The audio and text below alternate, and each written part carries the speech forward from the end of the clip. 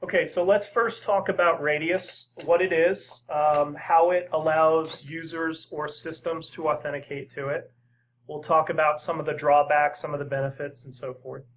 So, as you can imagine, it's a dial-in service that allows authentication and authorization into a system.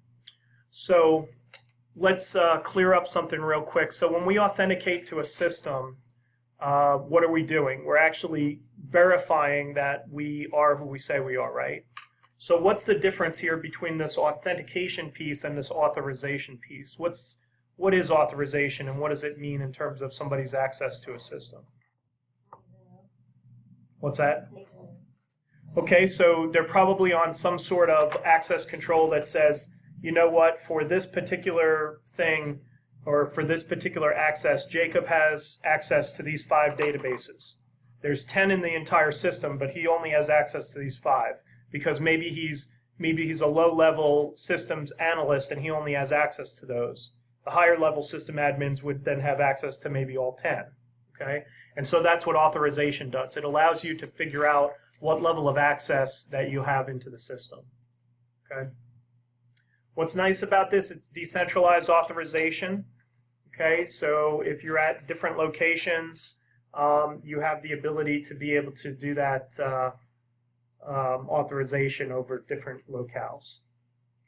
But the only challenge here was the fact that although the password is encrypted, the username is in fact in clear text.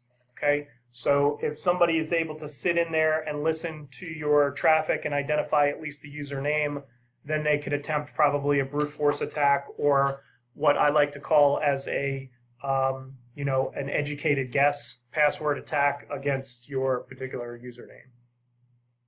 And RADIUS runs over UDP, so it's a connectionless type of system versus TCP that we've talked about in the past.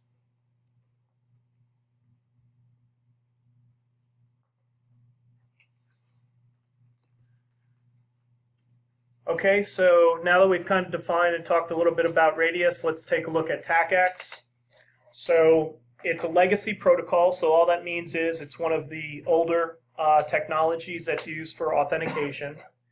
And it's similar to RADIUS in the fact that it communicates with authentication servers in order to prove who people are. Okay?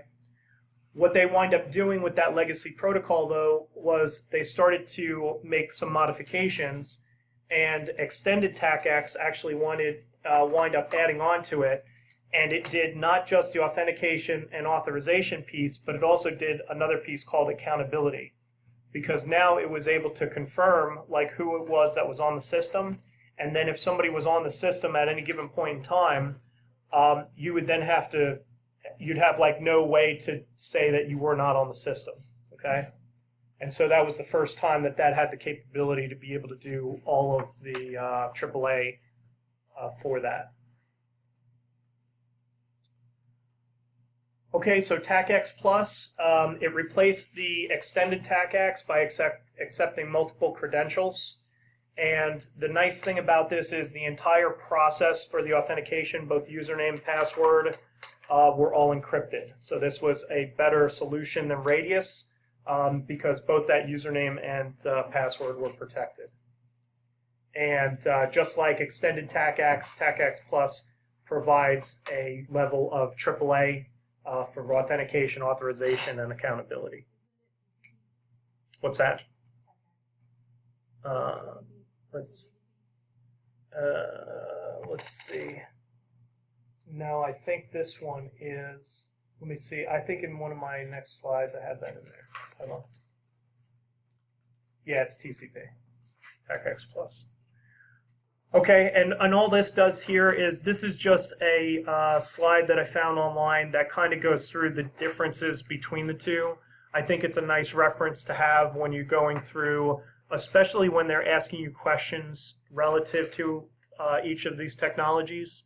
But once again, since these are older technologies that are utilized, it would be better to kind of see some of the new things, but they still do ask questions about this on the exam.